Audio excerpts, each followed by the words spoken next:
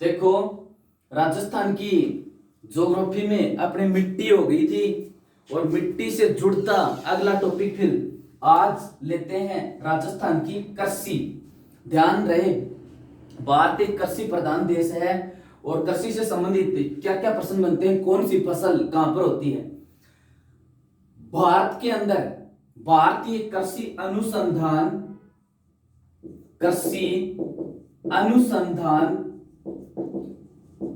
एवं विकास परिषद, भारतीय कृषि अनुसंधान एवं विकास परिषद द्वारा पूरे भारत को कृषि की दृष्टि से और 14 जलवायु खंडों में बांटा है।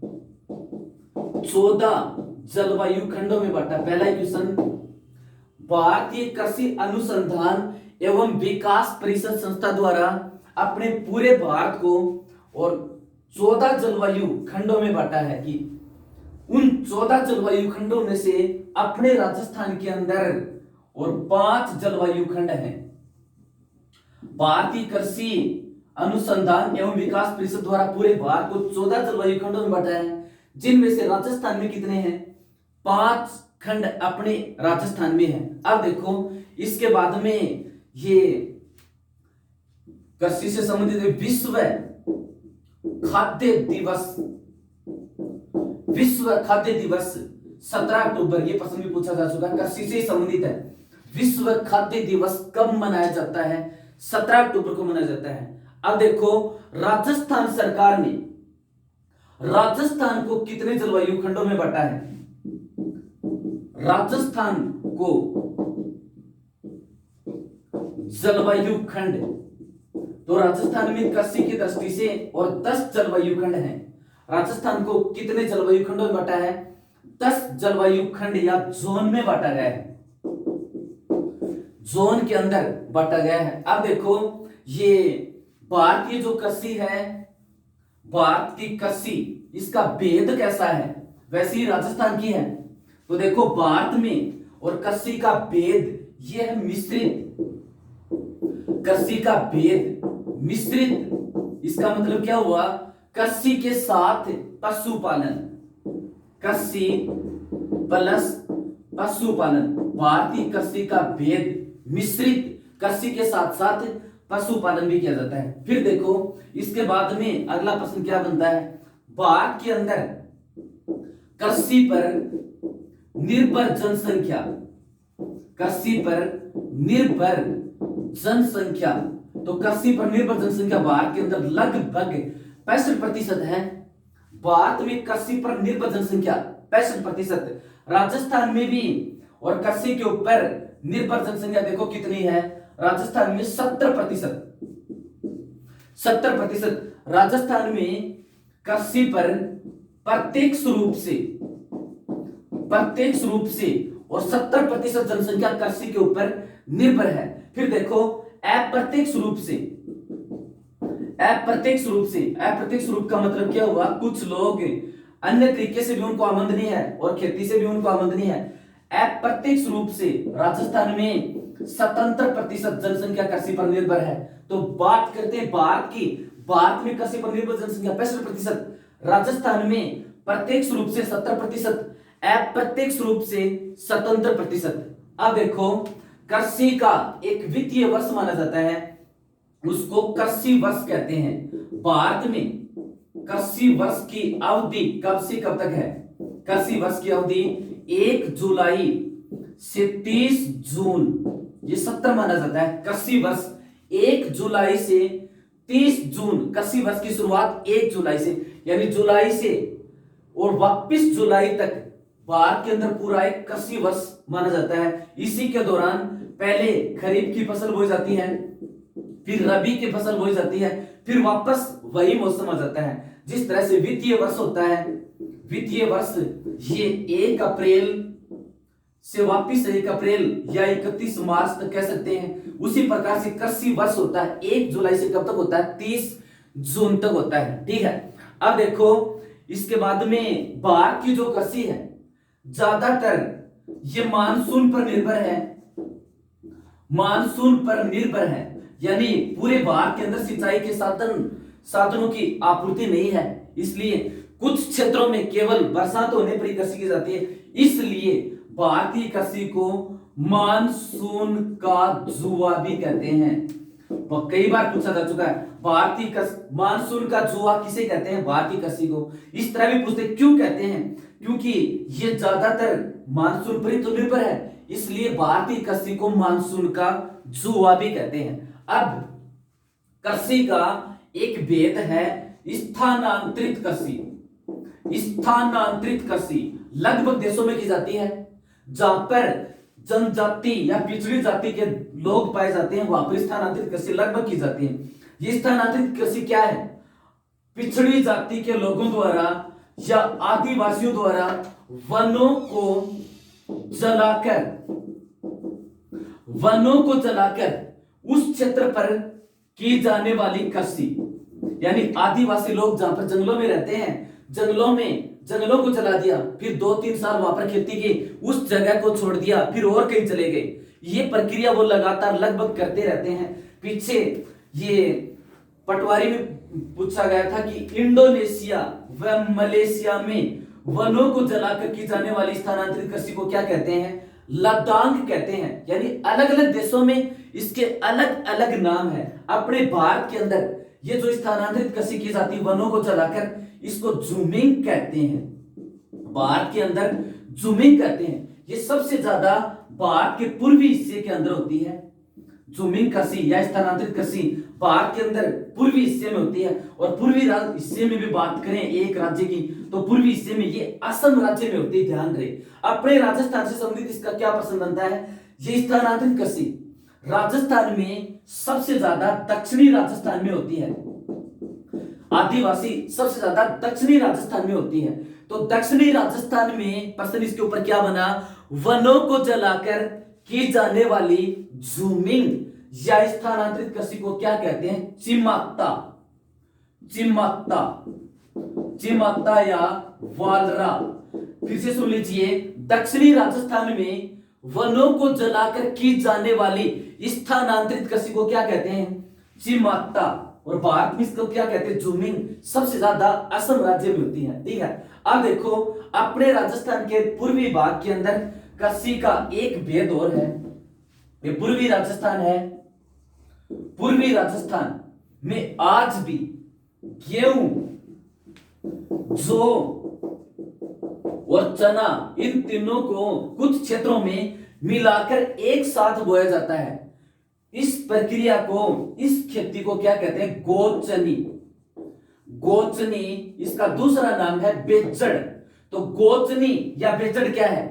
पूर्वी राजस्थान में गेहूं, जौ, चना की मिश्रित कृषि को क्या कहते हैं? गोचनी या बेचड़ कहते हैं। अब ये तो हो गया राजस्थान में जो क्षेत्रफल है राजस्थान का, उसके कितने क्षेत्रफल के ऊपर कृषि की जाती है लगभग, क्योंकि पूरा क्षेत्र तो कृषि योग्य है नहीं, कितने के ऊपर कृषि की जाती है? तो राजस्थान में लगभग 55% यानी 50 से 60% के बीच में और कृषि योग्य क्षेत्रफल है, या इसको कर्षित क्षेत्रफल भी कह सकते हैं। तो राजस्थान में कर्षित क्षेत्रफल 55% के आसपास, 50 से 60% के बीच में। फिर से सुन लीजिए, अपने राजस्थान में कुल कृषि क्षेत्रफल कितना है, यानी जिसके ऊपर खेती की जाती है वो कितना है? 50 से 60%। इसको 55% भी कह सकते हैं। ये भारत के कृषि क्षेत्रफल का कितना है? भारत के कृषि क्षेत्रफल का राजस्थान में प्रतिशत। तो भारत की जो टोटल जमीन है जिसके ऊपर खेती की जाती है, उसके राजस्थान के क्षेत्रफल पर जहां पर खेती की जाती है वो परसेंटेज कितना बनता है? यानी भारत के कुल कृषि क्षेत्रफल का अपने राजस्थान में कितना प्रतिशत है? 11% है। ठीक है, अब देखो कुछ राज्यों में, कुछ स्थानों में बंजर भूमि भी है। बंजर भूमि वह भूमि जो अनुपजाऊ है, यानी जिसके ऊपर खेती नहीं की जाती। तो बंजर भूमि के ऊपर क्या प्रश्न बनता है? बंजर भूमि का राजस्थान में प्रतिशत, यानी पूरे भारत में जो बंजर भूमि है उसका अपने राजस्थान में और कितना प्रतिशत है, 6.7%। फिर से सुनो, भारत के टोटल कृषि योग्य भूमि का राजस्थान में 11%, भारत की कुल बंजर भूमि का अपने राजस्थान में 6.7% है। और राजस्थान में सर्वाधिक बंजर भूमि कहां पर है, जैसलमेर में है। राजस्थान में सर्वाधिक बंजर भूमि, राजस्थान में सर्वाधिक बंजर भूमि और किस जिले में है, जैसलमेर में है। फिर देखो इसके बाद में अगला प्रश्न इसके ऊपर क्या बनता है, अपने राजस्थान के अंदर सबसे ज्यादा कृषि क्षेत्रफल या सबसे ज्यादा कृषि किस जिले में की जाती है, तो सर्वाधिक कृषि क्षेत्रफल, सर्वाधिक कृषि क्षेत्रफल यानी सबसे ज्यादा किस जिले में क्षेत्रफल में कृषि की जाती है, तो सर्वाधिक कृषि क्षेत्रफल है बाड़मेर का। ध्यान रहे, सर्वाधिक जिस राजस्थान में सर्वाधिक खेती या बुआई किस जिले में की जाती है, बाड़मेर में। न्यूनतम कृषित क्षेत्रफल, न्यूनतम कृषि क्षेत्रफल ये किस जिले का है, राजसमंद, तिलकनुमा आकृति वाला जिला है राजसमंद। तो सर्वाधिक कृषि क्षेत्रफल बाड़मेर का, न्यूनतम किसका है, राजसमंद का है। अब बात करें भारत में कृषि की दृष्टि से राजस्थान का स्थान, कृषि की दृष्टि से राजस्थान का स्थान, तो खेती की दृष्टि से अपने राजस्थान का भारत के अंदर स्थान है 9वां, क्षेत्रफल में राजस्थान का नंबर है पहला, लेकिन कृषि की दृष्टि से राजस्थान का नंबर कौन सा है, 9वां। अब देखो कृषि के कुछ भेद हैं, उनमें से कई बार ये पूछ लेते हैं कि ये क्या है, ये क्या है, तो कुछ भेद है कृषि के, जैसे ये एपीकल्चर, एपीकल्चर क्या है, एपीकल्चर, एग्रीकल्चर तो किस कृषि को कहते हैं, एपीकल्चर मधुमक्खी पालन, मधुमक्खी पालन ये क्या कहलाता है, एपीकल्चर मधुमक्खी पालन कहलाता है। फिर देखो आर्टिकल्चर, आर्टिकल्चर, आर्टिकल्चर ये कौन सी खेती है, जो चीजें आर्ट के लिए, स्वस्थ रखने के लिए ठीक होती है उन्हीं की खेती की जाती है, यानी फल और सब्जी। आर्टिकल्चर, फल और सब्जियों की कृषि क्या कहलाती है, आर्टिकल्चर कहलाती है। फिर वर्टिकल्चर, वर्टिकल्चर अंगूर की खेती, अंगूर की खेती ये क्या कहलाती है, आर्टिकल्चर अंगूर की खेती क्या कहलाती है, ये वर्टिकल्चर कहलाती है, ठीक है। फिर देखो ये है इसके अलावा हाइड्रोकल्चर,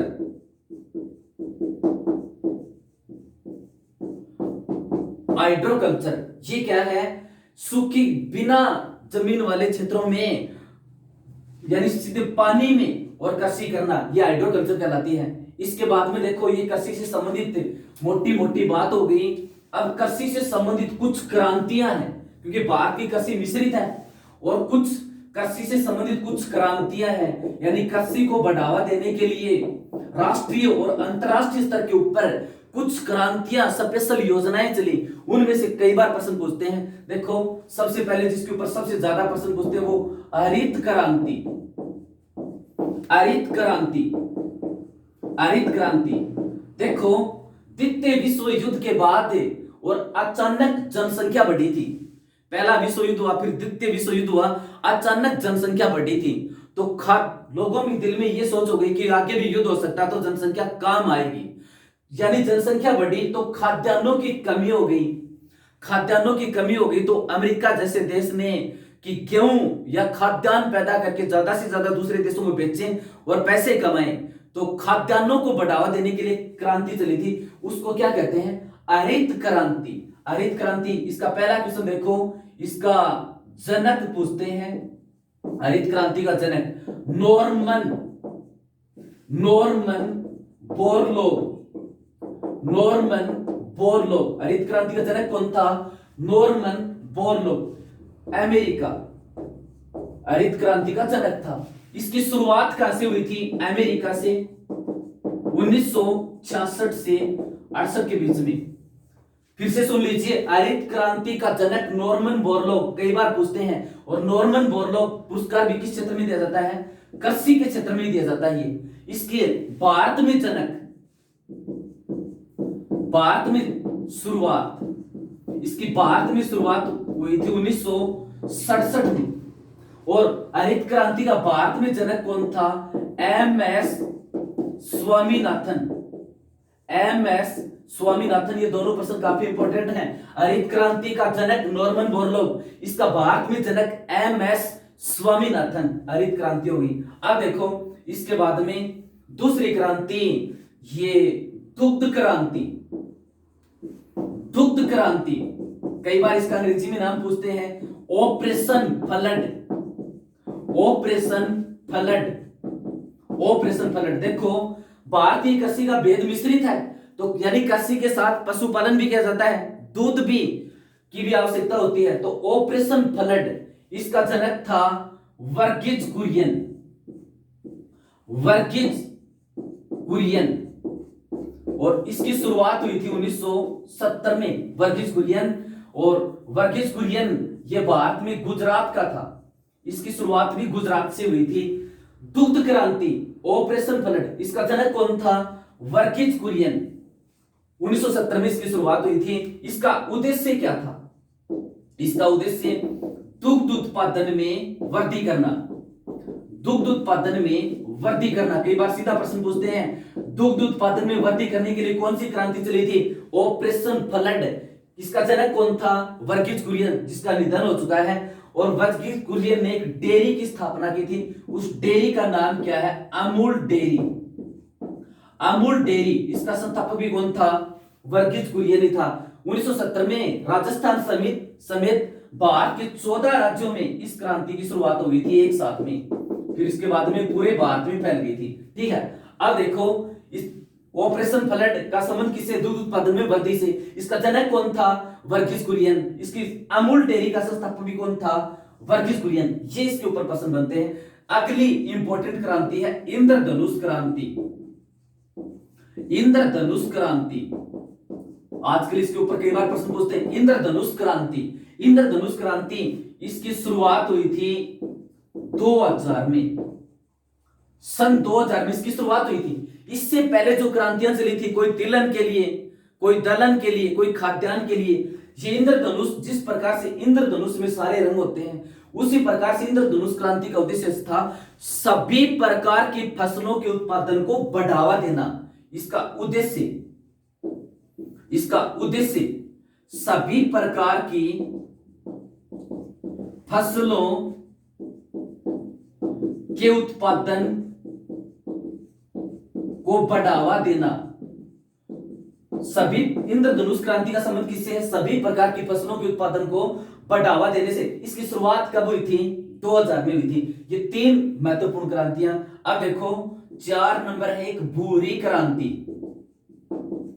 भूरी क्रांति, तो भूरी क्रांति ये किससे संबंधित है? उर्वरकों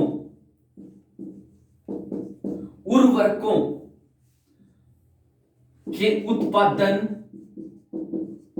व प्रयोग को बढ़ावा देने से संबंधित है। उर्वरकों के उत्पादन व प्रयोग को बढ़ावा देने से संबंधित क्रांति कौन सी है? भूरी क्रांति। फिर देखो 5 नंबर पीली क्रांति। पीली क्रांति, पीली क्रांति, ये पीली क्रांति तिलहन उत्पादन में वृद्धि करने से संबंधित है। तिलहन उत्पादन में वृद्धि करने से संबंधित है। और मुख्य तिलहन, एक तिलहन की बात करें तो सरसों, मुख्यतः कौन सा तिलहन है? सरसों। कई बार सरसों के फूल पीले तो होते हैं, कई बार पूछते हैं सरसों के उत्पादन में वृद्धि करने के लिए कौन सी क्रांति चली थी? पीली क्रांति। तिलहन उत्पादन में वृद्धि करने के लिए कौन सी क्रांति चली थी? पीली क्रांति। ठीक है, अब देखो इसके बाद में अगली ये है हरित क्रांति का जनक नॉर्मन बोरलॉग, भारत में एम.एस. स्वामीनाथन। फिर से रिपीट कर रहा हूं, ऑपरेशन फ्लड, इसका संबंध किससे है? दूध उत्पादन में वृद्धि करने से संबंधित है। इसके जनक कौन थे? वर्गीज कुरियन। इंद्रधनुष क्रांति, यह भी काफी इंपॉर्टेंट है। इसका शुरुआत 2000 में, इसका उद्देश्य सभी प्रकार की फसलों के उत्पादन को बढ़ावा देना। भूरी क्रांति उर्वरकों के प्रयोग से संबंधित है। पीली क्रांति तिलहन उत्पादन में वृद्धि करने से संबंधित है। फिर देखो एक क्रांति है सदाबहार क्रांति। सदाबहार क्रांति, ये सदाबहार क्रांति क्या है? पशुओं के मल मूत्र या जैविक खाद का ज्यादा से ज्यादा प्रयोग करने के लिए चली थी, ताकि मिट्टी की उपजाऊपन न घटे, लंबे समय तक सदाबहार फसलें वहां पर पैदा होती रहे। तो सदाबहार क्रांति जैविक खाद्यान्न प्रसंस्करण, जैविक खाद्यान्न प्रसंस्करण को बढ़ावा देने के लिए यानी फसलों में रासायनिक खादों का कम प्रयोग करके और जैविक खादों को प्रयोग करके जो जैविक खेती की जाती है उसको बढ़ावा देने के लिए क्रांति चली थी। वो कौन सी क्रांति है? सदाबहार क्रांति। अब देखो कई बार गोल क्रांति, छोटे मोटे प्रश्न और बनते हैं। गोल क्रांति ये आलू से संबंधित है। आलू उत्पादन में वृद्धि करने के लिए कौन सी क्रांति है? गोल क्रांति। फिर देखो ये लाल क्रांति, टमाटर और मांस का रंग कैसा होता है? लाल। तो टमाटर प्लस मांस के उत्पादन में वृद्धि करना। लाल क्रांति टमाटर और मांस के उत्पादन में वृद्धि करने से संबंधित है। ठीक है। अब देखो ये काली क्रांति, काली क्रांति कोयला व खनिज तेल के उत्पादन में वृद्धि से संबंधित है, के उत्पादन में बढ़ोतरी से संबंधित है। अब देखो ये अमृत क्रांति, अमृत क्रांति ये भी कई बार पूछ लेते हैं। अमृत क्रांति, अमृत क्रांति क्या है? भारत की नदियों को आपस में जोड़ना, नदियों को आपस में जोड़ना। इसकी शुरुआत की थी भारत के प्रधानमंत्री अटल बिहारी वाजपेयी ने।